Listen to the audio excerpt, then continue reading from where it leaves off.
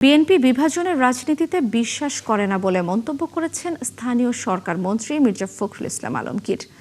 বৃহস্পতিবার দুপুরে রাজধানীর স্বামীবাগ ইস্কন মন্দিরে রথযাত্রার উদ্বোধনীতে তিনি বলেন, অনেক দলই ধর্ম নিয়ে বিভেদ তৈরির চেষ্টা করেছে, তবে ৭১ সালের মতো সব ধর্মের মানুষকে সঙ্গে নিয়ে দেশ গড়তে চায় তার দল।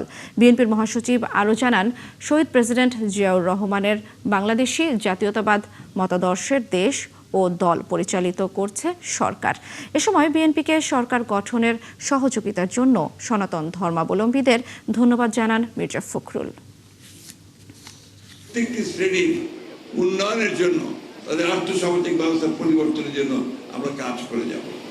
আমরা সেই কথাই বলতে চাই যে আমরা ধর্মীয়ভাবে কোনো বিভাজন সৃষ্টি করতে চাই না। আমরা সকলকে নিয়ে কাজ করে সামনের দিকে এগিয়ে যেতে চাই।